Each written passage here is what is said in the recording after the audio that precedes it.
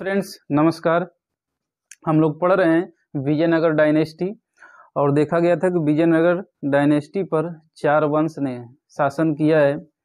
पहला वंश था संगम वंश, दूसरा था सालू वंश, तीसरा था आरीवीडू वंश, तीसरा था तुलु वंश और चौथा था आरीवीडू वंश। ठीक, चलिए हम लोग शुरुआत करते हैं विजयनगर साम्राज्य में। उसके आगे जो फर्स्ट वीडियो है उसे कंटिन्यू करते हैं। तालिकोट्टा का युद्ध, बैटल ऑफ तालिकोट्टा और बन्नीहट्टी का युद्ध या राक्षस तंगड़ी का युद्ध बोलते हैं। बहुत बार ये एग्जाम में पूछा गया है कि विजयनगर साम्राज्य का पतन, विजयनगर साम्राज्य फेल डाउन हुआ, डिस्ट्रॉय हुआ किस बैटल में, किस युद्ध में। तो विजयनगर साम्राज्य का पतन हुआ है तालिकोट्टा का युद्ध, या उसको बोलते हैं बन्नीहट्टी का युद्ध, या उसे बोलते हैं राक्षसी तंगड़ी का युद्ध में विजयनगर साम्राज्य का पतन हो गया। देखते हैं कि यह युद्ध कब लड़ा गया है। तो यह युद्ध लड़ा गया है 23 जनवरी 1565 में। किसके बीच? तो विजयनगर और बीजापुर, अहमदनगर, गोलकुंडा और बीदर की ज्वाइंट आर्मी के बीच लड़ा गया है। एक तरफ है विजयनगर और दूसरी तरफ है बीजापुर, अहमदनगर, गोलकुंडा और बीदर, साथ में इसकी सेनाएं लड़ी हैं।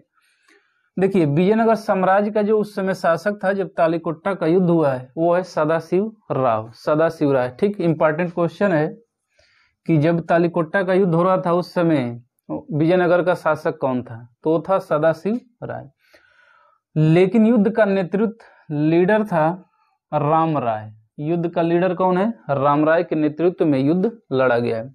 आखिर में जो संयुक्त सेना थी, ज्वाइंट आर्मी थी, बीजापुर, अहमदनगर, गोलकुंडा और बीदर, इसका नेतृत्व कौन किया है?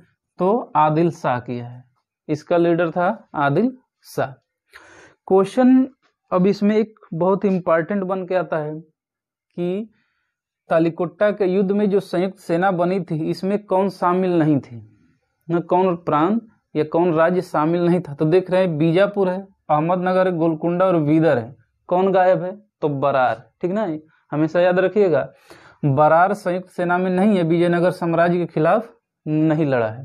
ठीक, देखिए इसे राक्षस तगड़ी या बन्नीहट्टी का युद्ध क्यों कहते हैं? क्योंकि यह राक्षसी एवं तगड़ी ग्रामों के बीच लड़ा गया है। This battle was fought in between Rakshasi and Tangadi villages, so it's called Bannihatti, battle of Bannihatti और राक्षस तंगड़ी। ठीक, तो बहुत बहुत इंपॉर्टेंट है। अगला हम लोग देखते हैं जो चौथा वंश है आरीवीडू वंश। आरीवीडू वंश जिसका संस्थापक है, फाउंडर है तिरुमल। तो who is the founder of Aravidu वंश, आरावीडू डायनेस्टी?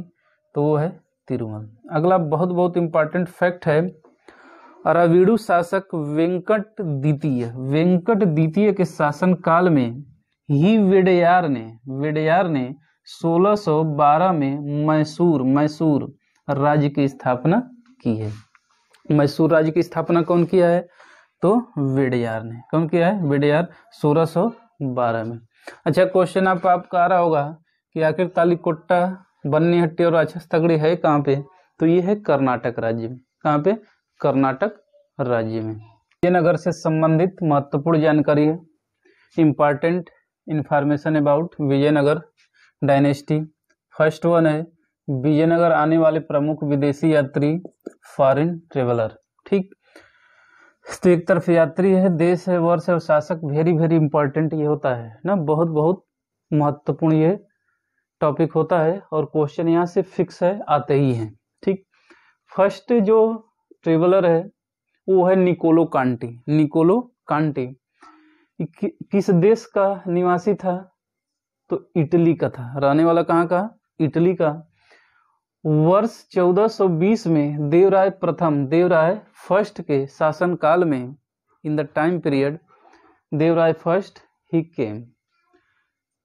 बहुत बार ये क्वेश्चन पूछा गया इस टाइप का, निकोलो कांटी कहाँ का निवासी था और किसके दरबार में आया था? सेकंड है अब्दुल रजाक, जो फारस का निवासी है और आया है 1442 में देवराय द्वितीय के, देवराय द्वितीय। अब्दुल रजाक ज 2 बार है तो द्वितीय, इस तरह याद रखिए। आपको कमेंट करके बताना है कि वर्तमान में फारस किस देश का नाम है, फारस वर्तमान में किस देश को बोलते हैं। ठीक, अगला है नूनीज।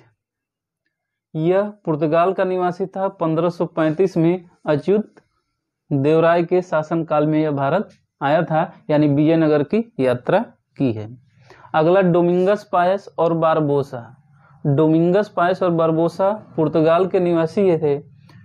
इन्होंने 1515 में, या ऐसा माना जाए कि 1515-1600 में आए हैं। और किसके शासनकाल में? कृष्णदेव राय। बहुत इंपॉर्टेंट है।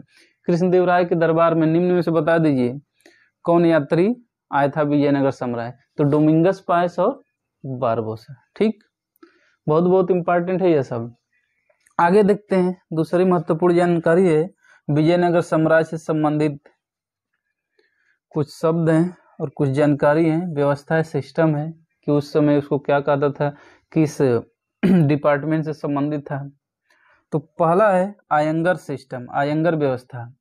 ग्रामीण इकाइयों पर शासन करने हेतु 12 प्रशासकीय अधिकारियों का समूह था।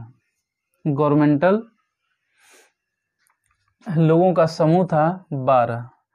इनकी सेवाओं के बदले, मतलब ये जो अपना वर्क करते थे, सरकार इन्हें पूर्णतः लगान मुक्त और कर मुक्त भूमि प्रदान करती थी।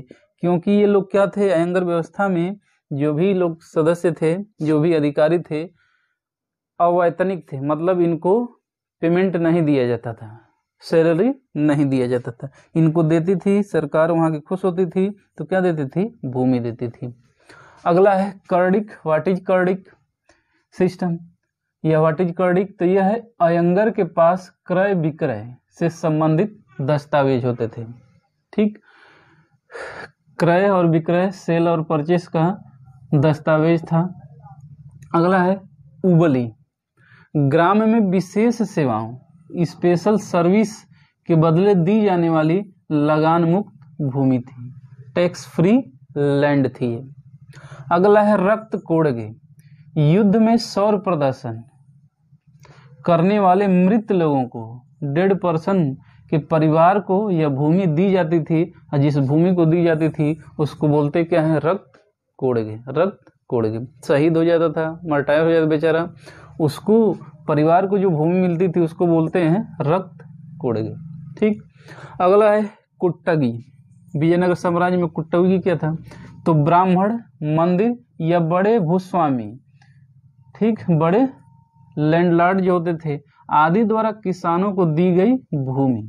फार्मर को जो लैंड दी गई थी, ब्राह्मण या मंदिर का पुजारी जो है या बड़े भूस्वामी है, बिग लैंडलॉर्ड थे, उस भूमि को बोलते थे कुट्टागी। अगला है कदाचार। व्हाट इज कदाचार? तो विजयनगर साम्राज्य का यह सैन्य विभाग था जिसका उच्च अधिकारी को दंडनायक या सेनापति कहा जाता था। अगला बड़वा। उत्तर भारत से दक्षिण भारत में जो लोग आकर बसे थे उसको बोला जाता था बड़वा, विजयनगर साम्राज्य के टाइम में। अगला है वेशभग। मनुष्यों के क्रय विक्रय, मतलब व्यक्तियों के, मैन का, पर्सन को क्रय विक्रय किया जाता था, उसको बोला जाता था वेशभग। देवदासी। हुई देवदासी, तो मंदिरों में रहने वाली स्त्रियों को देवदासी कहते थे विजयनगर साम्राज्य के टाइम में। और कल्याण मंडप क्या है? व्हाट इज कल्याण मंडपम? तो यह था विजयनगर साम्राज्य में मंदिर निर्माण की विशेष अविलक्षण स्पेशल प्रॉपर्टी थी। कौन सा? टेम्पल मैन्युफैक्चरिंग में यूज किया जाता था। तो कल्याण मंडप बोला जाता था मंदिर निर्माण की विशेष अभिलक्षण को। ठीक।